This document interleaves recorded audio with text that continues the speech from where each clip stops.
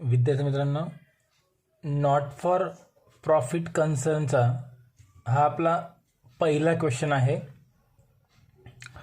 या क्वेश्चनमध्ये आपल्याला काय काय विचारलेलं आहे ते आपण अगोदर चेक करू.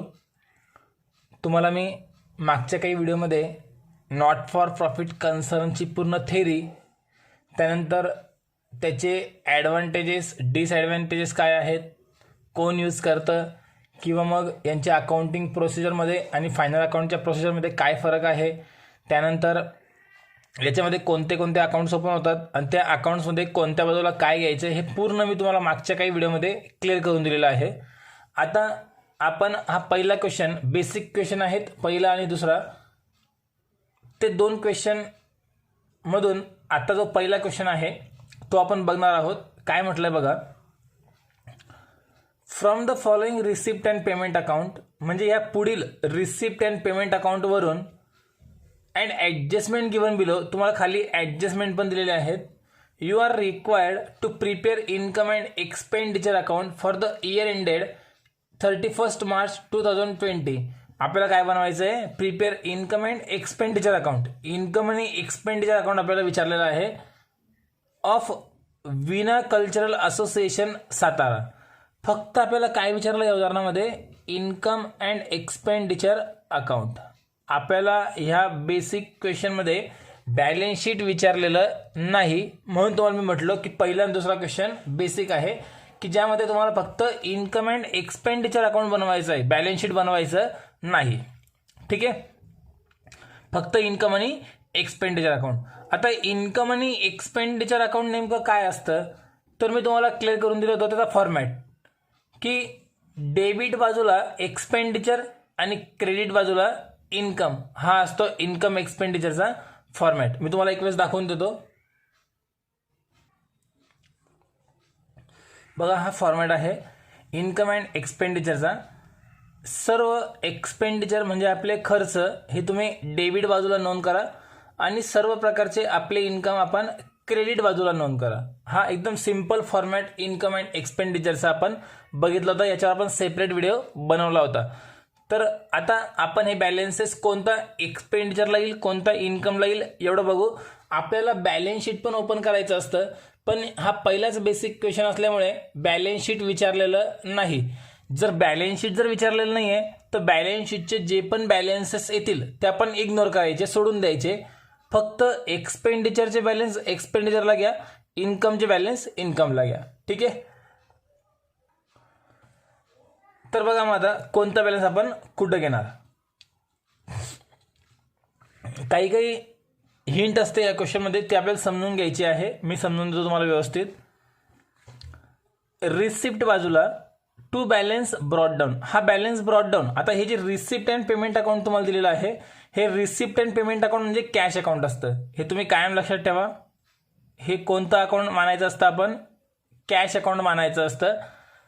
आता रिसिप्ट बाजूला केव्हा नोंद होते, जेव्हा काही पैसे आले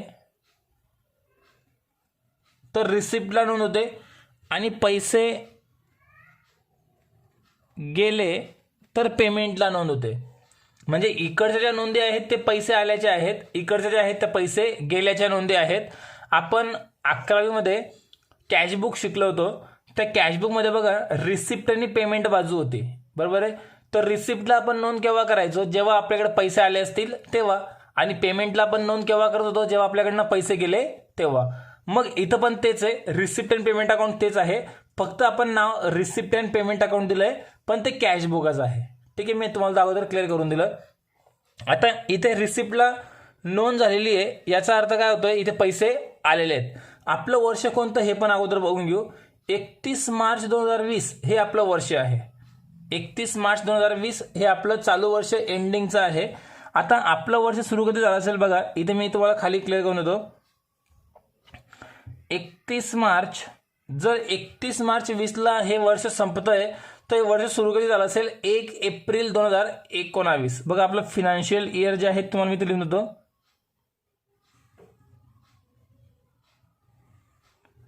1 एप्रिल 2019 ते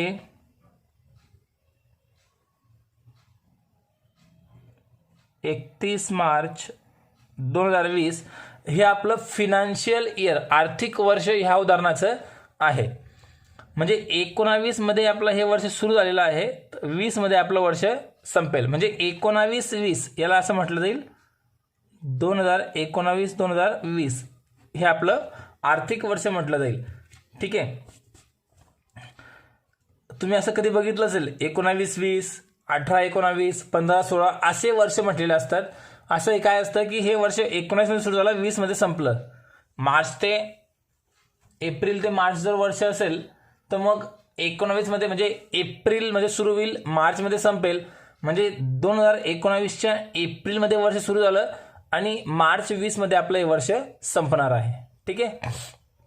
म्हणजे आपलं वर्ष कोणतं आहे? 19 आणि 20. बघू मग आता आपण काय म्हटलं इथे. To balance brought down, receipt अकाउंटला डेबिट बाजूला बॅलन्स ब्रॉट डाऊन म्हणजे हा कॅश इन हँड आणि कॅश ॲट बँकेचा बॅलन्स असतो. म्हणजे आपल्या हातातली शिल्लक रक्कम आणि आपली बँकेत शिल्लक असलेली रक्कम हे दोघी तुम्हाला वेगळे वेगळे दिलेले आहेत. कधी कधी फक्त टू बॅलन्स ब्रॉट डाऊन दिलेला असेल तरी पण तो कॅशचा बॅलन्स मानायचा.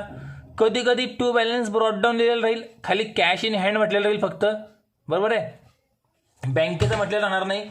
कधी कधी बँकेचा बॅलन्स म्हटलेलं राहील, कॅशचा म्हटलेलं राहणार नाही, किंवा कधी कधी फक्त बॅलन्स ब्रॉट डाऊन राहील. काही असू द्या, लक्षात ठेवा हा आपला हातातली रोख शिल्लक, आपल्या गल्ल्यातले पैसे असतील किंवा बँकेतला बॅलन्स असतो. पण लक्षात ठेवा हे जे रिसिप्ट अँड पेमेंट अकाउंट आहे, हे receipt and payment account 1 April 19 सुरू झालं आहे आणि 31 मार्च 2020 संपलेलं आहे. मग आता हा जो बॅलन्स आहे, बॅलन्स ब्रॉट डाऊन, हा कधीचा बॅलन्स आहे? 1 एप्रिल 2019. आणि बघा इथे पेमेंट साईडला बॅलन्स कॅरीड डाऊन दिलेला आहे. हा जो बॅलन्स आहे 31/3/2020चा बॅलन्स आहे. मग आपण जे अकाउंट बनवतोय ते 31 मार्च 2020चं बनवणार. आपण कोणतं बनवणार? 31 मार्च 2020चं. तर 31 मार्च 20 मध्ये जे आपण बॅलन्स शीट बनवणार त्या बॅलन्स शीटमध्ये कॅश आणि बँकेचा बॅलन्स घ्यायचा. आपण आता लक्षात घ्या, बँक आणि कॅशचा बॅलन्स हा ॲसेट्समध्ये येईल, बरोबर आहे. तर 1 एप्रिल 2019 ओपनिंगची कॅश आपण नाही घ्यायची. म्हणजे लक्षात घ्या हा जो बॅलन्स असतो प्रत्येक क्वेश्चनमध्ये आपण आपल्या क्वेश्चनमध्ये घ्यायचा नाही. ही एक हिंट तुम्ही अगोदर लक्षात घ्या. हा बॅलन्स आपण आपल्या क्वेश्चनला घेणार नाहीत. आपण कोणता घ्यायचा असतो? फक्त क्लोजिंगचा. आणि तो पण कुठे घ्यायचा असतो? आपल्याला बॅलन्स शीटच्या ॲसेट्समध्ये घ्यायचा असतो. पण लकीली ह्या क्वेश्चनमध्ये फक्त आपल्याला काय विचारलं आहे? Income and expenditure account. मग बॅलन्स शीटचे जे पण बॅलन्सेस आपल्याकडे येतील, ॲसेटचे असो किंवा लायबिलिटीचे, ते सर्व आपण इग्नोर करणार, सोडून देणार, कारण ते अकाउंट आपल्याला ओपन करायचं नाही. ठीक आहे. पण लक्षात ठेवा आपण ओपनिंगचा कॅश किंवा बँकेचा बॅलन्स कुठंच नाही घेणार, कारण तो ओपनिंगचा असतो, मागच्या वर्षाचा असतो. आपल्याला हा चालू वर्षाचा घ्यायचा असतो. मग आता आपल्याला बॅलन्स शीट बनवायचं असेल किंवा नसेल तर पण ओपनिंगचा नाही घेणार, आपण कोणता घेणार? क्लोजिंगचा घेणार. पण केव्हा? बॅलन्स शीट बनवणार तेव्हाच. ठीक आहे. टू सबस्क्रिप्शन, पैसे आलेत आपल्याकडे. सबस्क्रिप्शन म्हणजे वर्गणी. वर्गणीचे पैसे आपल्याकडे जमा झालेले आहेत. कोणत्या कोणत्या वर्षाचे किती किती आहेत ते आपण बघू. 2018-19 आपलं वर्ष कोणतं आहे? 19-20. म्हणजे हे कोणतं वर्ष झालं? Last year. हे कोणतं झालं? Last year. 19-20 हे आपलं करंट इयर. आणि 20-21 हे कोणतं झालं? Next year.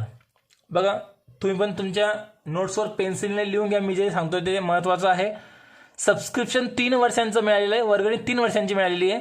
लास्ट इयर म्हणजे मागच्या वर्षाची पण मिळालेली आहे. करंट इयर चालू वर्षाची पण मिळालेली आहे. 20-21 याच्या पुढच्या वर्षाची पण आत्ताच मिळून गेलेली आहे. ठीक आहे. आता लक्षात घ्या याच्यापैकी आपलं चालू वर्षाचं इन्कम आहे 19-20चं. हे एकच इन्कम आपलं करंट इयरचं आहे. मग हे जे करंट इयरचं इन्कम आहे हे आपण आपल्या इन्कममध्ये घ्यायचं. हे आपण कुठे घ्यायचं? आपण आपल्या इन्कममध्ये घेणार, बरोबर आहे. लास्ट इयरचं 18-19चं मिळून गेलेलं आहे. जर समजा याचं काय करायचं, जर तुम्हाला हे 1,23,000 एकत्र दिले असते आणि ही अमाऊंट 15,000 ॲडजस्टमेंटला जर दिली असती तर 1,23 म्हणून आपण लेस करून टाकली असती, कारण ते मागच्या वर्षाचं इन्कम म्हणून. पण इथं लेस करायची गरज नाही, लिहायचीच गरज नाही, कारण ते केव्हाचं आहे? मागच्या वर्षाचं आहे, लिहायचं नाही. ठीक आहे. राहिला विषय 20-21चं, तर हे तुम्हाला लिहावं लागतं बॅलन्स शीटच्या लायबिलिटीमध्ये. मी तुम्हाला समजून पण दिलेलं आहे. पुढच्या वर्षाची वर्गणी, पुढच्या वर्षाचं इन्कम चालू वर्षात आपल्याला मिळून गेलं तर हे चालू वर्षाचं आपलं इन्कम नाही, तोपर्यंत ते आपलं देणं आहे, म्हणून त्याला आपण लायबिलिटीमध्ये नोंद करणार. पण बघा लकीली या उदाहरणामध्ये बॅलन्स शीट विचारलेलं नाही, म्हणून फक्त 19-20चा आपण इन्कममध्ये घेणार आणि लायबिलिटीचा विषय कुठं देणार नाही, कारण बॅलन्स शीट आपण ओपन नाही करणार. ठीक आहे, तर आपल्याला लिहायचं कोणतं, फक्त इन्कमचं. जे इन्कम आणि एक्सपेंडिचरचे बॅलन्स आहेत तेच फक्त आपल्याला या उदाहरणात लिहायचे आहेत. डोनेशन आपलं इन्कम आहे, आपण इन्कम बाजूला नोंद करू. एंट्रन्स फी पण इन्कम आहे. एंट्रन्स फी म्हणजे तुम्हाला मी समजून पण दिलेलं आहे, एंट्री फी असते ग्रुपमध्ये येण्याची किंवा संस्थेमध्ये येण्याची. Interest on fix deposit, fix डिपॉझिटवर इंटरेस्ट मिळालं आपलं इन्कम आहे. इंटरेस्ट ऑन फिक्स डिपॉझिट हा एकच शब्द लक्षात ठेवा पूर्ण. पिकनिक रिसिप्ट, छोटीशी पिकनिक आपण सहल काढली आणि त्या सहलमधून पैसे मिळाले 20,000 रुपये, हे पण आपलं इन्कम आहे, इन्कममध्ये घेणार. ठीक आहे, इथपर्यंत आपण समजून सांगितलं. पेमेंट बाजू बघू. पेमेंट म्हणजे काय, पैसे आपल्याकडनं गेले. आता कुठे कुठे पैसे गेले बघा. बाय रेंट, रेंट म्हणजे भाडे, भाडं दिलं आपण. 18-19 कोणतं वर्ष, 18-19 मागचं. 18-19 कोणतं वर्ष आपलं, लास्ट इयर आहे. तर लास्ट इयरचा खर्च आपण चालू वर्षी केला, हा चालू वर्षाचा खर्च आहे का आपला, बिलकुल नाही, हा आपला चालू वर्षाचा खर्च नाही, म्हणून याला आपण इग्नोर करणार, याला आपण सोडून द्या. 19-20 54,300 चालू वर्षाचं रेंट आहे. चालू वर्षाचं रेंट आपण घेणार एक्सपेंडिचरमध्ये. चालू वर्षाचं रेंट आपण घ्यायचं एक्सपेंडिचरमध्ये, कारण तो आपला खर्च आहे. फिक्स डिपॉझिट ही आपली ॲसेट्स आहे, पण आपण बॅलन्स शीट ओपन करणार का, नाही, तर आपल्याला घ्यायची गरज नाही. सन्ड्री एक्सपेन्सेस एक्सपेंडिचर आहे, एक्सपेंडिचरमध्ये घेणार. इन्शुरन्स प्रीमियम खर्च आहे, एक्सपेंडिचरमध्ये घेणार. प्रिंटिंग स्टेशनरी खर्च आहे, एक्सपेंडिचरमध्ये घेणार. पिकनिक एक्सपेन्सेस एक्सपेंडिचर आहे, खर्चात आहे, खर्चात घेणार. सॅलरी पण खर्च आहे, एक्सपेंडिचरमध्ये घेणार. ट्रॅव्हलिंग एक्सपेन्सेस पण खर्च आहे, एक्सपेंडिचरमध्ये घेणार. ॲडव्हर्टाइजमेंट पण खर्च आहे, एक्सपेंडिचरमध्ये घेणार. बघा लक्षात घ्या कोणते कोणते बॅलन्स कुठे कुठे घेतोय. याच्यानंतर बॅलन्स कॅरीड डाऊन म्हटलं आहे, म्हणजे हा क्लोजिंग बॅलन्स आहे. हा कधीचा आहे, 31/3/2020चा. कॅशचा असो किंवा बँकेचा असो, एकच असू द्या किंवा दोन असू द्या, दोघी पण कुठे घेणार आपण, ॲसेटमध्येच घेणार. पण बॅलन्स शीट आपल्याला विचारलं आहे का, नाही, म्हणून हा फिक्स डिपॉझिट ॲसेटचा बॅलन्स आणि बॅलन्स कॅरीड डाऊन ॲसेटचा बॅलन्स, तसेच रिसिप्टमधलं 20-21चं सबस्क्रिप्शन लायबिलिटी हे बॅलन्स आपण कुठेच घेणार नाहीत, कारण आपल्याला बॅलन्स शीटच विचारलेलं नाही. आता ॲडजस्टमेंट काय म्हटलं आपण बघू. Outstanding rent for the current year was ₹7,000. चालू वर्षाचं रेंट द्यायचं बाकी आहे, आउटस्टँडिंग रेंट म्हणजे बघा याच्यावर ॲडजस्टमेंट आहे. चालू वर्षाची ही 20-21चं काय करतो परिणाम, प्लस करणार रेंटमध्ये खर्च द्यायचा बाकी आहे. ॲडजस्टमेंट बघा मी तुम्हाला त्याच्यावर सेपरेट व्हिडिओ बनवले आहेत. आउटस्टँडिंग एक्सपेन्सेसचा परिणाममध्ये आउटस्टँडिंग रेंट येईल, खर्चामध्ये ॲड करायचं आणि द्यायचं बाकी म्हणून बॅलन्स शीटच्या लायबिलिटीमध्ये. पण ह्या उदाहरणामध्ये आपल्याला बॅलन्स शीट विचारलेलं नाही, फक्त काय विचारलं आपल्याला, इन्कम एक्सपेंडिचर. म्हणजे फक्त हा एकच परिणाम तुम्हाला करावा लागेल, लायबिलिटी आपण ओपन केलेली नाही, म्हणजे हा परिणाम करायचा नाही. एकच परिणाम होईल या ॲडजस्टमेंटचा, कारण तुम्हाला बॅलन्स शीटची लायबिलिटी विचारलेली नाही. मी तुम्हाला अगोदरच बोललो की जिथे जिथे बॅलन्स शीट ॲसेट्स किंवा लायबिलिटीमध्ये परिणाम होणार आहेत ते आत्ता ह्या उदाहरणात लिहायची गरज नाही, कारण सिम्पल बेसिक क्वेश्चन आहे, फक्त इन्कम आणि एक्सपेंडिचरच्या बॅलन्सची नोंद करायची. 60% entrance fees should be capitalise. या एंट्रन्स फीवर ॲडजस्टमेंट आहे बघा, रिसिप्ट बाजूची. काय करायचं, एंट्रन्स फीज कॅपिटलाइजची ॲडजस्टमेंट चेक करा. पहिला परिणाम, इन्कममधून लेस करायचं. बघा एंट्रन्स फी आपण इन्कममध्ये घेणार आहेत, इन्कममधून म्हणजे एंट्रन्स फीमधून लेस करायचं आणि बॅलन्स शीटच्या लायबिलिटीमध्ये कॅपिटलमध्ये ॲड करायचं. पण बॅलन्स शीट आपण ओपन करणारच नाही आहेत, तर लायबिलिटीमध्ये दुसरा परिणाम लिहायची आपल्याला जागा राहणार नाही, म्हणजे एकच परिणाम होईल या उदाहरणामध्ये, पण फक्त इन्कममधून लेस करा.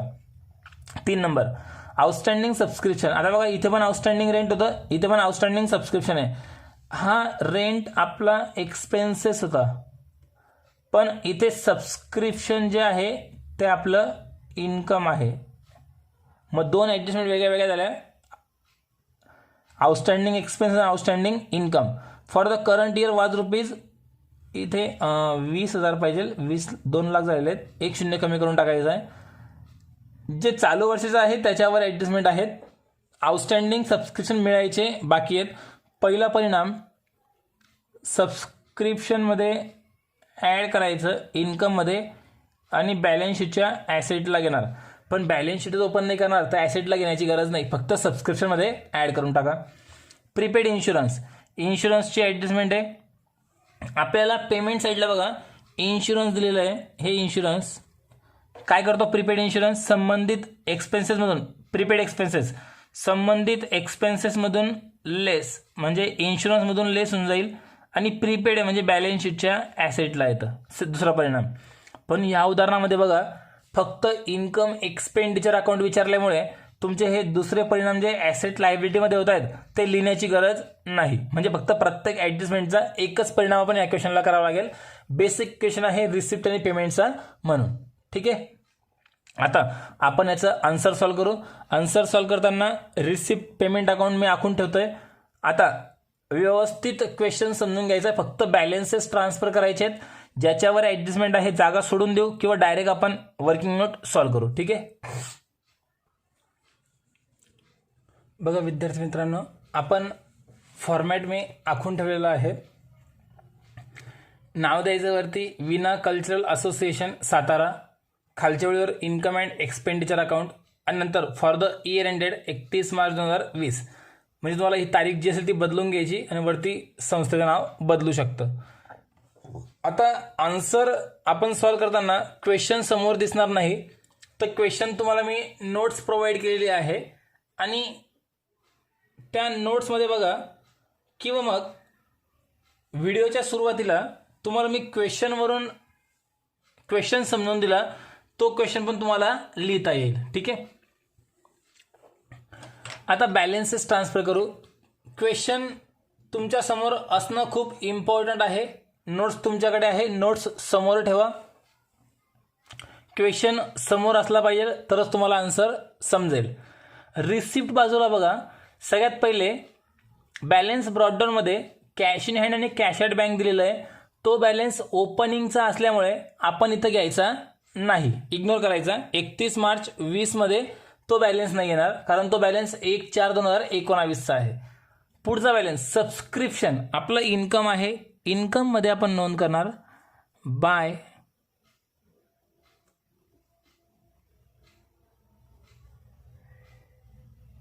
सबस्क्रिप्शन. आणि सबस्क्रिप्शन मला 3 वर्षांचं दिलेलं आहे, पण आपण कोणतं घ्यायचं? चालू वर्षाचं फक्त. चालू वर्ष कोणतं आहे? 19-20 ते 1 लाख दिलेलं आहे.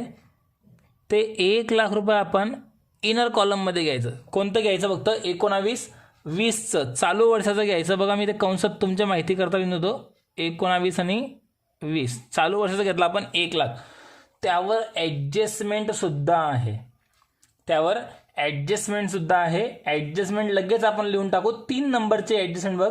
Outstanding subscription for the current year वाज ₹20,000. 2 लाख रुपये आहेत, 1 शून्य आपण कमी केला होता. 20,000 रुपये वर्गणी चालू वर्षाची बाकी आहे. मग इन्कम नेहमी मिळायचं बाकी राहील, द्यायचं बाकी राहणार नाही. म्हणून पहिला परिणाम इन्कमवर आउटस्टँडिंग इन्कमची ॲडजस्टमेंट संबंधित इन्कममध्ये ॲड करा. मग इथं म्हणायचं outstanding for current year. Outstanding for current year 19-20 आणि आउटस्टँडिंगचे अमाऊंट आहे 20,000. 20,000 रुपये इथे ॲड करायचे आणि अमाऊंट घ्यायची आपण बाहेर 1,20,000. या 20,000चा दुसरा परिणाम होतो बॅलन्स शीटच्या ॲसेट्समध्ये, पण ह्या उदाहरणामध्ये बॅलन्स शीट आपल्याला विचारलेलं नाही, म्हणून दुसरा परिणाम करण्याची गरज नाही. एकच परिणाम झाला. सबस्क्रिप्शन पण संपलं, त्याची ॲडजस्टमेंट पण संपली. 20-21ची जी वर्गणी आहे सबस्क्रिप्शन 8,000 ती लायबिलिटीमध्ये येईल, बॅलन्स शीट विचारलेलं नाही. नंतर डोनेशन म्हटलंय 25,000 रुपये बाय डोनेशन आणि त्याच्यापुढे कंसात म्हटलंय रेव्हेन्यू. रेव्हेन्यू सॉरी जनरल म्हटलं आहे,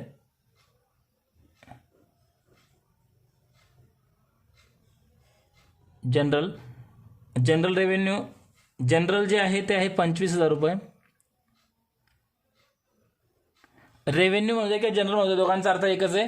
जर कॅपिटल म्हटलं असतं तर लायबिलिटीमध्ये गेलं असतं, कॅपिटल जर म्हटलं असतं तर लायबिलिटीमध्ये ट्रान्सफर केलं असतं. जनरल म्हटलं आपण त्याला इन्कममध्येच ठेवलं. एंट्रन्स फी आणि ह्या एंट्रन्स फीवर ॲडजस्टमेंट आहे.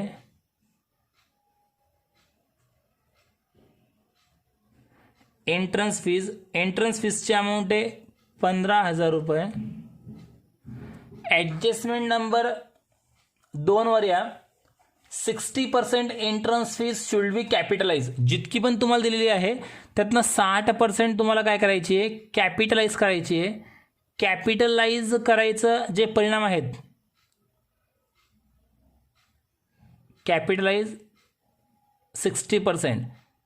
जे कॅपिटलाइज करण्याचे परिणाम आहेत ते 2 परिणाम, त्याची ॲडजस्टमेंट तुम्हाला मी समजून दिलेली आहे. पहिला परिणाम काय करायचा, या एंट्रन्स फीमधून लेस, एंट्रन्स फीमधून अगोदर लेस आणि बॅलन्स शीटच्या लायबिलिटीला कॅपिटल फंडमध्ये ॲड. पण कॅपिटल फंड लिहिण्यासाठी बॅलन्स शीट आपण ओपन केलेलं नाही आहे, म्हणून दुसरा परिणाम तर नाही होणार. फक्त पहिला परिणाम इथून लेस करून टाका. मग 15,000 रुपयांवर 60% आपल्याला काढायचे आहेत. मग पर्सेंटेज कसे काढायचे साईडला मी वर्किंग नोट करून देतोय.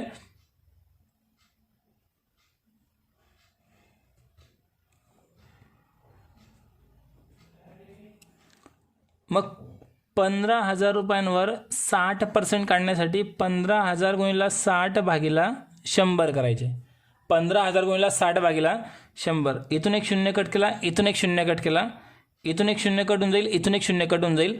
उरलं काय, 1500 गुणिले 6, 15 90 आणि हे 2 शून्य जसेच्या तसे, म्हणजे 9,000 ही तुमची 60% अमाऊंट आली, जी तुम्हाला इथून लेस करायची आहे. 9,000 लेस केले, बॅलन्स उरला 6,000 रुपये. क्लिअर इथपर्यंत. आणि ह्या 9,000चा दुसरा परिणाम झाला असता आपल्या बॅलन्स शीटच्या कॅपिटल फंडमध्ये ॲड, पण बॅलन्स शीट विचारलेलं नाही म्हणून ते आपण सोडलं. पुढे interest on fixed deposit 4,800 income आहे. इन्कममध्ये आपण नोंद करू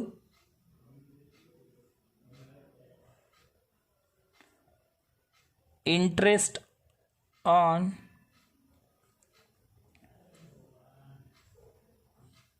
फिक्स्ड डिपॉझिट 4,800 रुपये.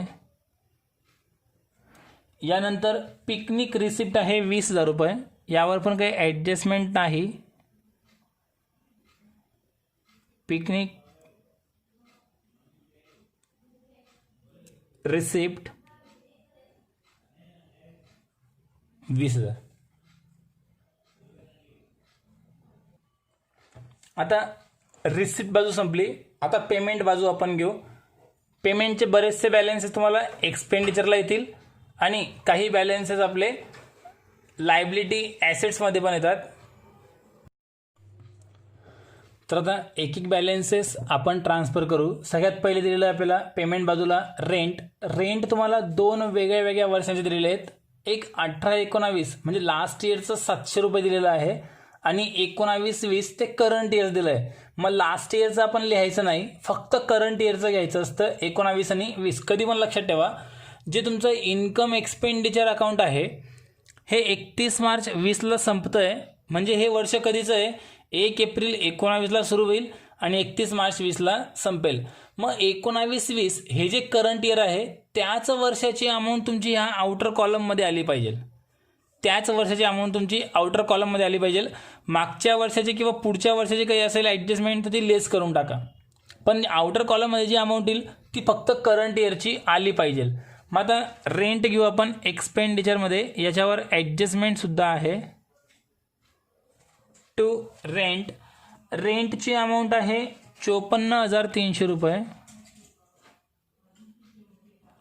54,300 रुपये आणि त्यावर ॲडजस्टमेंटसुद्धा आहे. ॲडजस्टमेंट नंबर फर्स्ट, पहिली ॲडजस्टमेंट आउटस्टँडिंग रेंट आहे 7,000 रुपये. आउटस्टँडिंग आपण नेहमी ॲड करतो, मग इथे म्हणू आपण add outstanding for current year.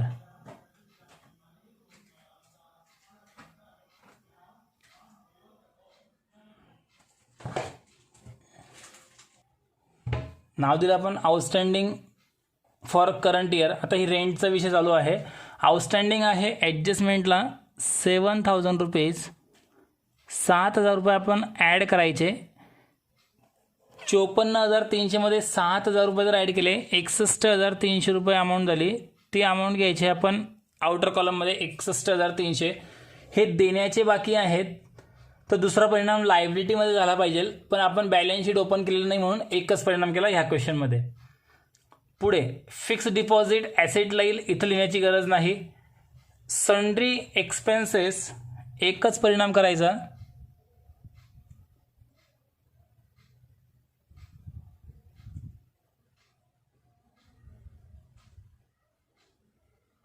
Sundry expenses amount आहे 8,000.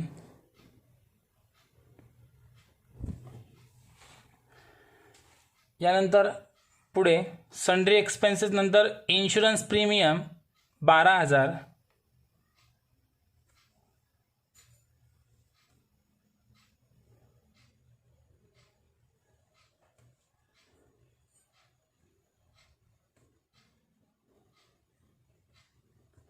₹12,000 त्यावर ॲडजस्टमेंट म्हणून इनरला घेतलं. ॲडजस्टमेंट नंबर 4, 4 नंबरचे ॲडजस्टमेंट प्रीपेड इन्शुरन्स 1,000 म्हटलं आहे. काय करणार परिणाम तिथे समजून दिलं तुम्ही. इन्शुरन्समधून लेस करायचं. इथं नाव देताना फक्त लिहायचं लेस प्रीपेड 1,000 रुपये. 1,000 लेस करून अमाऊंट बाहेर घ्यायची 11,000 रुपये. 1,000 लेस करून अमाऊंट बाहेर घेतली आपण 11,000 रुपये. इथपर्यंत ही ॲडजस्टमेंट संपली. कारण दुसरा परिणाम ॲसेटला होणार होता. ॲसेट तर आपण ओपन केलंच नाही या क्वेश्चनमध्ये. यानंतर प्रिंटिंग स्टेशनरी ॲडजस्टमेंट नाही, फक्त एक्सपेंडिचरमध्ये लिहून टाकू.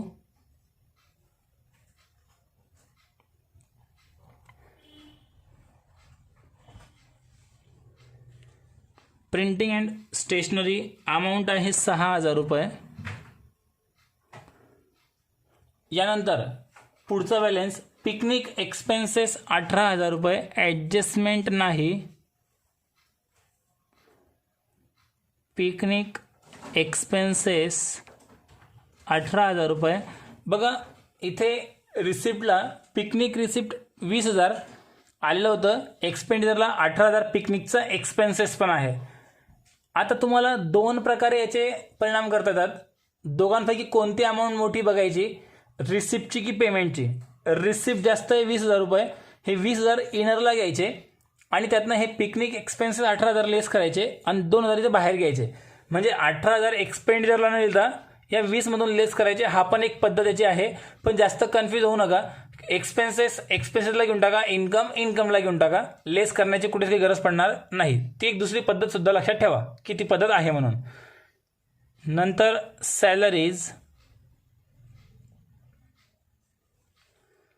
सॅलरीजची अमाऊंट आहे 20,000 रुपये. त्यानंतर ट्रॅव्हलिंग एक्सपेन्सेस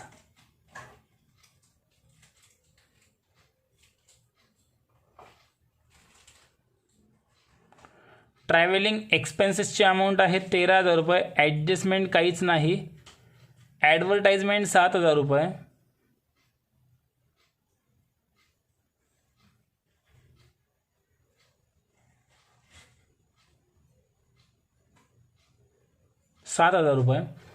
शेवटी बॅलन्स कॅरीडाऊन म्हटलं आहे तर कॅश आणि बँकेचा बॅलन्स आहे. बॅलन्स शीटच्या ॲसेटला लिहायचं असतं. आपण ते बॅलन्स शीट ओपन केलेलं नाही म्हणून ते लिहायची गरज नाही. ॲडजस्टमेंट बघू कोणती बाकी आहे का. पहिली ॲडजस्टमेंट झाली, दुसरी ॲडजस्टमेंट झाली, तिसरी चौथी ॲडजस्टमेंटसुद्धा आपली झाली. सर्व ॲडजस्टमेंट संपल्या. आता फक्त आपल्याला अकाउंट्स क्लोज करायचं आहे. अकाउंट्स क्लोज करण्याची पद्धत लक्षात ठेवा. एक्सपेंडिचर किंवा इन्कम दोघांपैकी कोणती साईड जास्त आहे ते अगोदर चेक करायची. एक्सपेंडिचर किंवा इन्कम दोघांपैकी जी साईड जास्त असेल त्या साईडची अगोदर आपण टोटल करून घ्यायची. माझ्या माहितीप्रमाणे बघा इन्कम साईड जास्त येते, चेक करून घेऊ एक वेळेस. 61 आणि 8 69 70 80 86 96 1,04,000 1 24 27 37 आणि हे 7 जवळपास 44 1 44 300 जवळपास किती अमाऊंट येते. आणि इकडे बघा 1 20 आणि 25, इथेच एक 45 झाले, म्हणजे इथे इन्कम बाजू जास्त आहे. मग जी साईड जास्त असेल त्या साईडची आपण अगोदर टोटल केली पाहिजे. जी साईड जास्त आहे त्या साईडची अगोदर टोटल करा. इन्कम जास्त आहे, इन्कमची टोटल करू. बघा माझा 2 0 कॉमन आहेत, नंतर 8 सेम, 4 आणि 6 10 आणि 5 11शी 1 आजच्याला 1 1 आणि 2 3 3 आणि 2 5 आणि 2 7 1 सेम 1,71,800. काय करायचं, जी साईड जास्त असेल त्या साईडची अगोदर टोटल करा. इन्कम जास्त आहे, इन्कमची टोटल केली, 30 टोटल इकडे एक्सपेंडिचरला घेतली. इन्कमची टोटल करून एक्सपेंडिचरला घेतली. टोटल एक वेळेस तुम्ही स्वतः पण करून बघायची आहे, बरोबर आहे.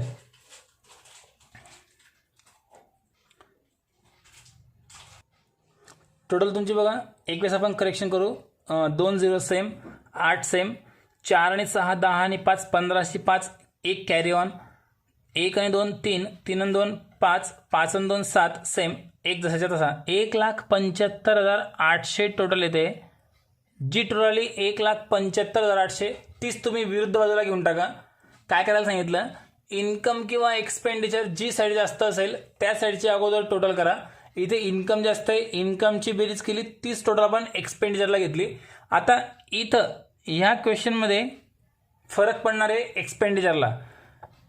कोणती बाजू जास्त आहे ते इन्कम.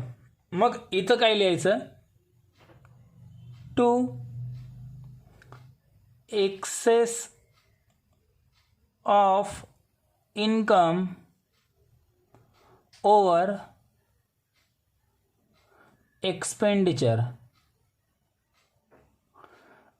आणि कंसात लिहायचं इथे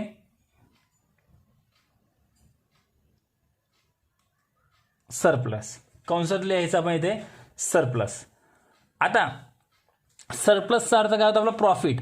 हे तुम्ही बाकीचं नाही पण लिहिलं चालतं, फक्त सरप्लस तुम्ही व्यवस्थित लिहिला पाहिजे. आता कसा काढायचा फरक, 1,75,800 मधून वरच्या सर्व अमाऊंट काय करायचे आपण लेस. मग आपण ते साईडला वर्किंग नोट करू बघायची. 1,75,800 मधून वरच्या अमाऊंट काय करून टाकायचे आपल्याला लेस करायचे आहेत. यांची टोटल आपण इथे याच्या खाली करू एक वेळा. 1,75,800 मधून ह्या जर लेस करायचं म्हटलं डायरेक्ट लेस नाही करता येत, तर आपण याची बेरीज याच्या खाली घेऊन लेस करून टाकू. बघू याची बेरीज किती येते. इथे 2 0 इथे पण कॉमन आहेत, 2 0 घेतले, नंतर 3, त्यानंतर शेवटून चौथी संख्या 7 आणि 3 10 आणि 8 18 आणि 6 24 आणि 1 25 25 आणि 8 33 आणि 1 34 34शी 4 1 कॅरी ऑन केला. 1 आणि 2 3 आणि 1 4 आणि 1 5 5 आणि 6 11. परत एक वेळेस टोटल करू आपण. 7 आणि 3 10 18 7 24 25 25 33 34 34शी 4 कॅरी ऑन केला. 3 कॅरी ऑन आहे. 3 आणि 1 4 4 आणि 2 6 6 आणि 1 7 7 आणि 1 8 8 आणि 6 14. 1,44,300 टोटल आहे, ते लेस करून टाका. बॅलन्स किती उरतोय बघा, 31,500 रुपये इथं बॅलन्स उरतोय. इथं बॅलन्स आपला उरतोय 31,500 रुपये, ज्याला आपण सरप्लस नाव दिलेलं आहे. आणि इथे सरप्लस दिल्यानंतर जो सरप्लस येतो तो बॅलन्स शीटच्या लायबिलिटीमध्ये कॅपिटलला ॲड करायचा असतो. पण आपण बॅलन्स शीटच सॉल्व करत नाही आहे, तर इथपर्यंत आपला क्वेश्चन पूर्ण कंप्लीट झाला. आणि फायनली तुम्हाला फक्त इथपर्यंत आन्सर सॉल्व करायचं होतं. पुढचा क्वेश्चन आपण पुढच्या व्हिडिओमध्ये क्लिअर करू. हा होता आपला इन्कम NPOचा नॉट फॉर प्रॉफिट कन्सर्नचा हा पहिला क्वेश्चन आपला होता, तो आपण पूर्ण कंप्लीट केला. ठीक आहे.